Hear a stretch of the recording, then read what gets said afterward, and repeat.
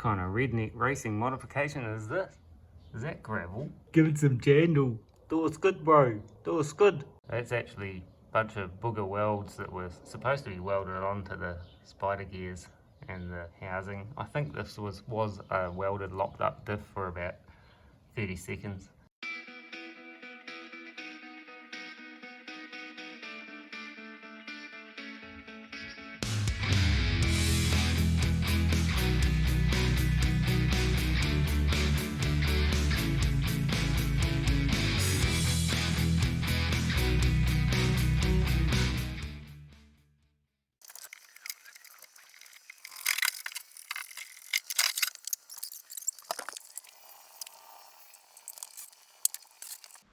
Love to smell it diff oil in the morning. Smells like victory. Hey guys, welcome back to DMAC Customs. Diffs. I've already got a diff. Well, call this a diff. Some people call it a live axle, axle housing, differential. But for the purpose of this video, I'll refer to this whole thing as a diff, and I'll refer to the spool inside as a diff. Anyway, you ever wonder about those hot rod builds and that sort of leap up into the stratosphere of six figures, and you just sit there and wonder, how did they spend $250,000 on that car? It happens, and it happens a lot, and that's fine.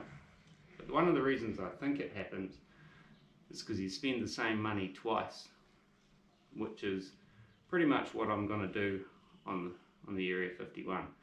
Now I got a diff housing with the car when I got it, as if you've watched any of these other videos, you know I got the car in a million pieces, unfinished project, and it came with a diff housing out of a VL to VP Holden Commodore, which is an Australian sedan. They did utes, wagons, all sorts of stuff, and they have a Borgwarner 78 diff in them. It's just a single spinner. But it's a little bit wide. Got one in the truck and it's fine.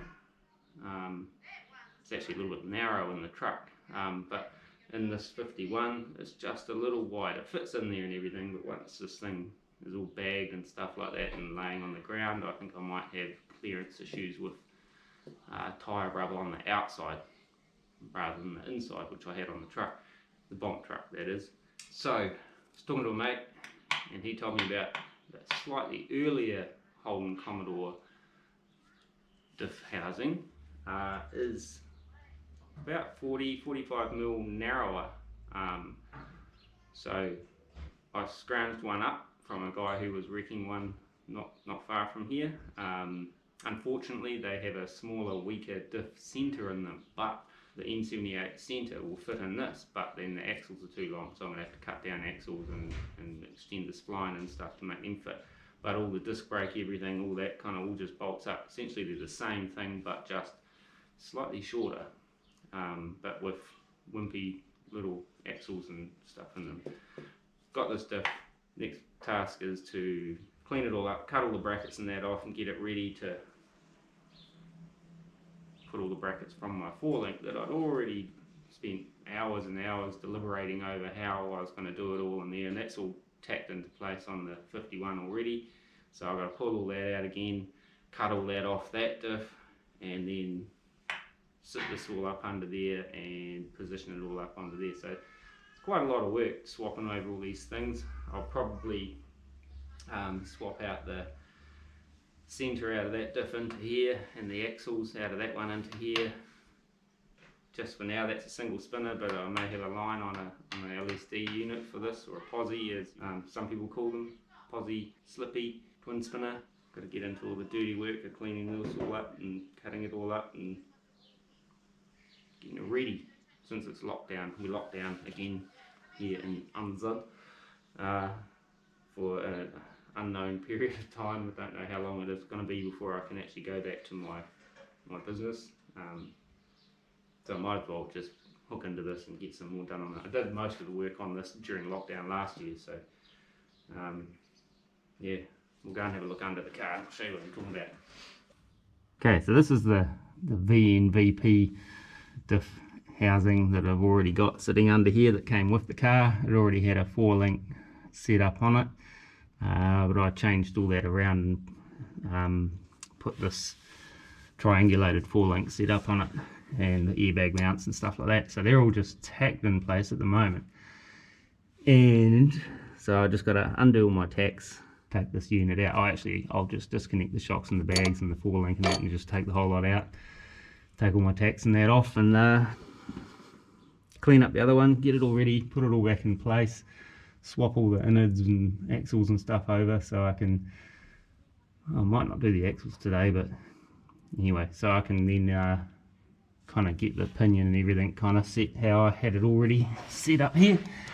As you can see up here, got plenty of room on the inside, so I'm only going to be coming in, not much, to give me a little bit more room. Should still clear all my disc brake brackets and stuff.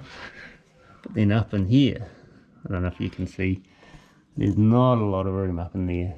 So even with these little skinny little bicycle tyres on here, so just that extra 20mm should make all the difference to give me a little bit more clearance.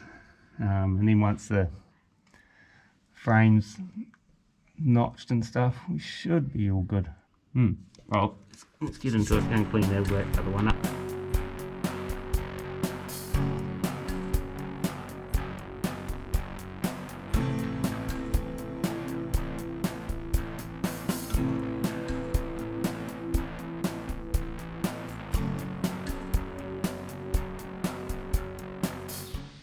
So here we are, I've got all the brackets off. The brackets actually came off relatively easy, but as usual it's all the grinding of all the old welds and stuff off that takes the time. And this looks like acrylic house paint that's on this thing, so it heats up and goes all soft and squishy like plastic does, because it is plastic essentially, being acrylic paint, house paint. Gonna get the wire wheeler diff onto this thing now. I might as well give it all a pretty good clean up, get it about 90% there before I put new brackets and stuff on, so when I come to do the final paint prep and that, I'm not dealing with all this shit. So while I'm making a mess, might as well do that before I go too much further. Choice. I may have met the Viper before. I don't really like using this because it does about 17 gazillion RPM and it's like just screams danger, but it does actually work pretty good, so I'm going to gear up and use it. Wish me luck. To say I'm a little bit scared. Helps if you plug it in.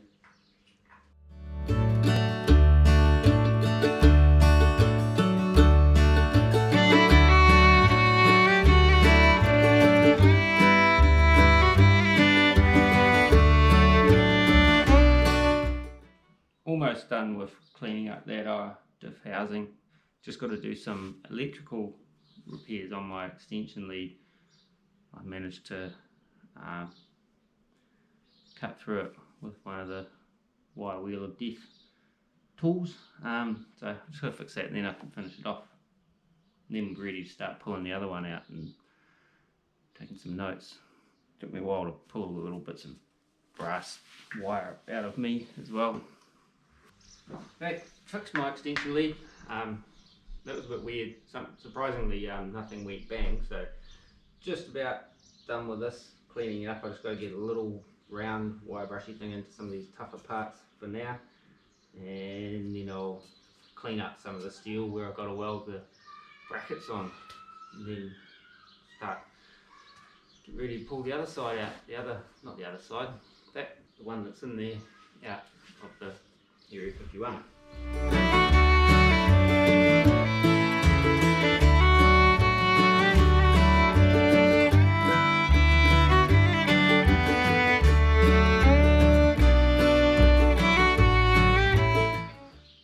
Well, that's enough of that. Got this weird little plug weld type thing here. I think it's one of the plug welds from the old axle tube that looks a bit meh. I might let's see if I can just give it a little bzz, just to fill it up, because that looks kind of rude. yeah, I'll do that. Alrighty, that's my diff housing pretty much ready to start mocking up under the 51 again. Cleaned it up as best as I sort of want to at this stage. Didn't worry about the cover too much because that one is pretty well beat up, as you can see. The one that I've got under the 51 at the moment is actually slightly better. Worked out roughly where my 4-link brackets have got to get welded onto and cleaned those up. Now, can't stress enough about giving yourself some good steel to weld to, clean steel. I know it's real tempting to just weld to some of this, but this stuff here will affect your welds. I mean, I'm no welder by any stretch, but I've had it stressed to me by family and friends who are engineers and welders that don't scrimp on cleaning up your steel. It only takes a few more seconds, and wherever you can anyway, get in there and clean it up. You'll get a much better, easier weld and prettier. It's real tempting to just get in there, because especially if you're just starting out welding, you just want to weld stuff. You don't want to spend 2 hours prepping everything and then have 10 minutes of welding. But you really should spend the time. Trust me, I've made the mistake many times, and I probably will in the future as well. Gonna start getting ready to pull the rear end out of the 51 that's in there, or the diff, as we explained earlier. We're going to call it a diff for the duration of this video. Pull that one out and start getting ready to transfer all the bracketry onto this one. And I might even take the axles in the center and everything out of the other one and kind of put it all into this one. I might have a clean up first. Now that I've created a huge mess, I might actually vacuum up. There's nothing like diff oil and rust dust in garage carpet. I've already got like about 4 litres of trans fluid on the floor here from one of my old cars, but yeah, that's another story for another day. Just had a bit of a clean up. Doesn't really look like much, and as you can probably tell, I'm not the sort of person who should have carpet in their garage, because that's really hard to clean. It's getting a little bit slippy now. So much oil and trans fluid built up in there, but we'll pull it up one day when it's really, really bad. So next up, take that off and get under here. I might take some measurements off what I've already got set up, since I spent so much time setting this up, and just more for the pinion angle side of things I think. So I need to get some air in that tyre, because that one's gone down a bit. Make sure they're both the same. Take the drive shaft off and just get a measurement off that pinion flange on the old differential, and it should be about enough, I think. Sometimes you just got to fix other things before you can do one little thing. This thing here, for some reason, doesn't want to play.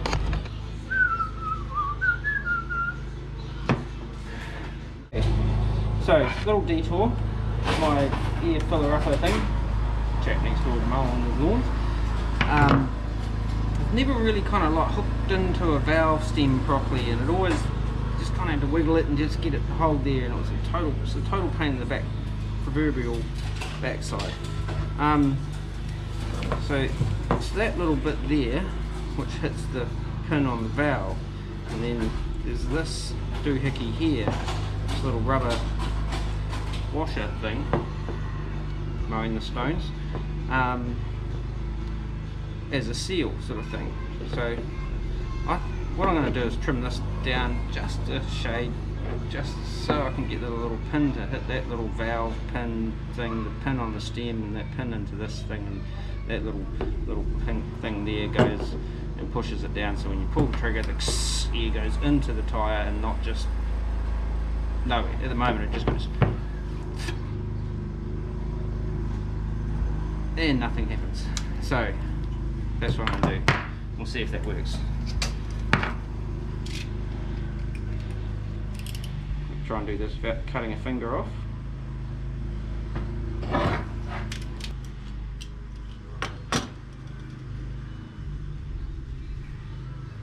Should have been a surgeon. Probably not. I'd start daydreaming too much anyway. So it's alright.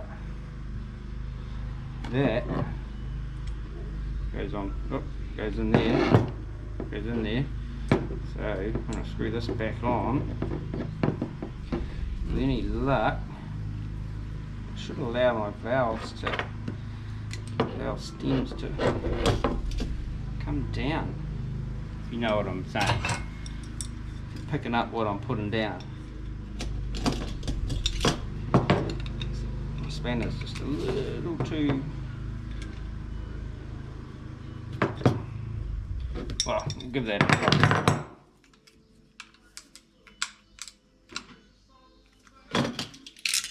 Sharp pointy thing away. Clang.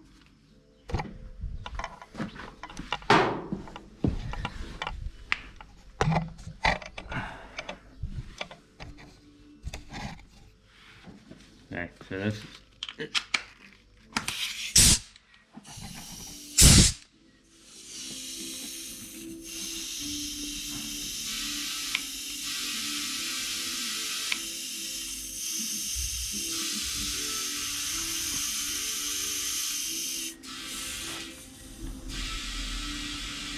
I think it's worked. Don't know why that little washer was too thick, but it's always giving me problems. So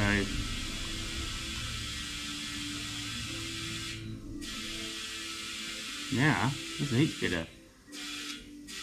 How much pressure you're supposed to put in a tyre?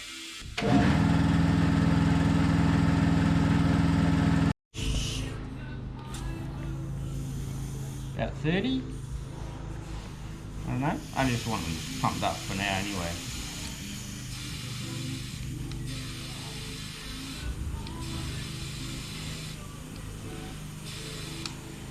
Perfect. That's heaps better. I don't know why I didn't fix that sooner. Right, what we're going to do, jack this up. Oh, can't get the wheels off without taking the bags off on this at the moment. Hopefully this whole diff arrangement will fix that problem. At the moment, yeah, I have to drop the bags to get the axle diff assembly to hang down far enough to get the wheel out off the out off the car, and yeah, so hopefully having this little bit more clearance might actually fix that. Also probably going to have to get some different bags, some Slam SS7s I think they are. They're a Slam specialty bag, fully extended. I think they're 12 inches, 11 inches or something. At the moment the ones that are in here are only about 9. So if I can get bags that come down a little bit further, if you've got to jack the car up, you can overload the bag, get the wheel off. That's my plan anyway. Gotta get these the right way around.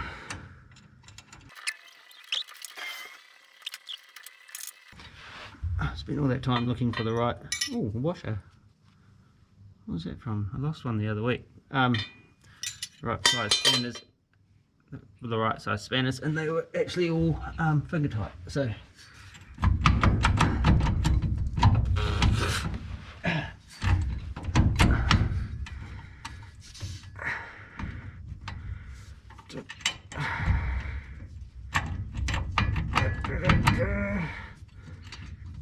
come on.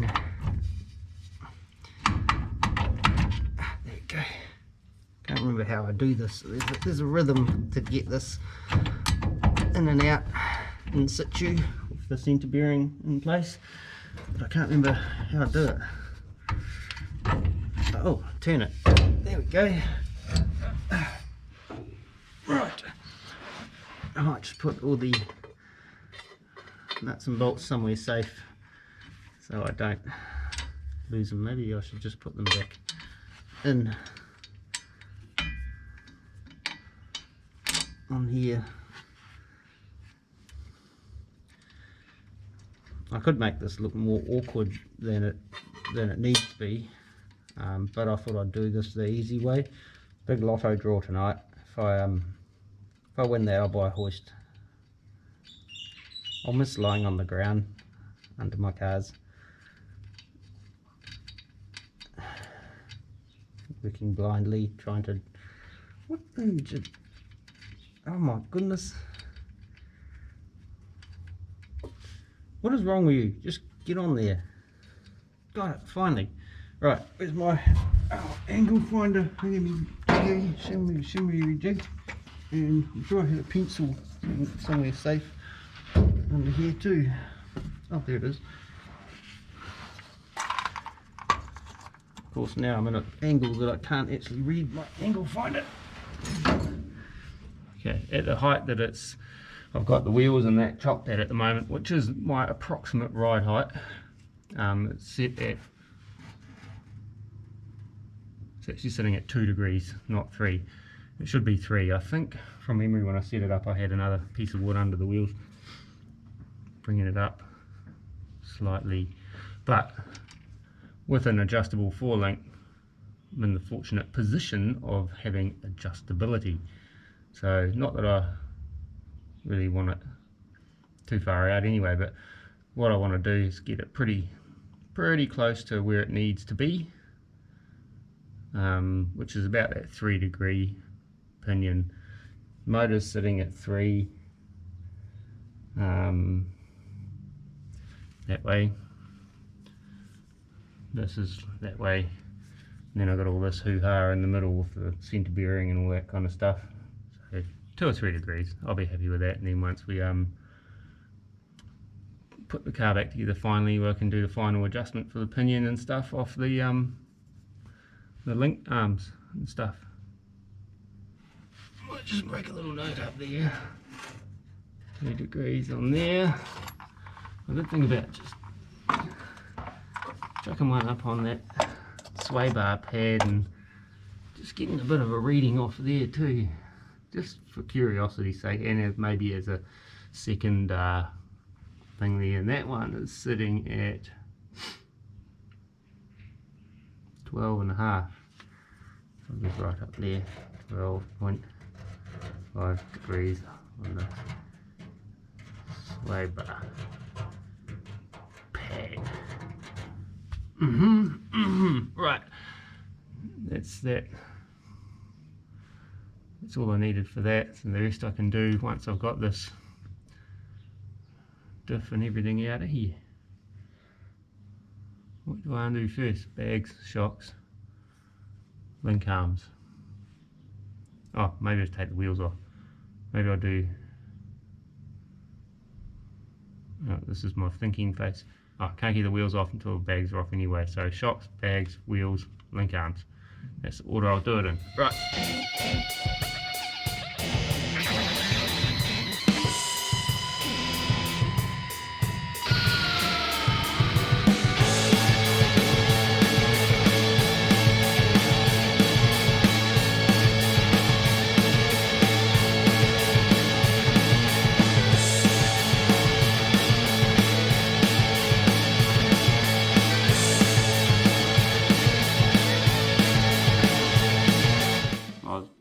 Thinking I might get a finger jammed underneath all that somewhere. That's that one out. I'm just going to mark all my brackets and stuff like that, bag plates and shock and link arm brackets and things, and I'll then proceed to cut all of those off, and then I'm going to pull the axles and all of that stuff out of this thing too.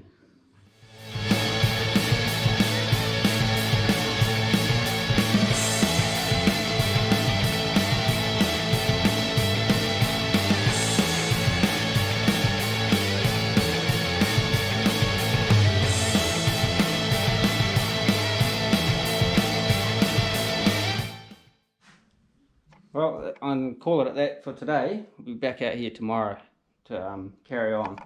All my brackets off. I think I showed you that. And just got to clean them up yet. And the old diff sitting over there.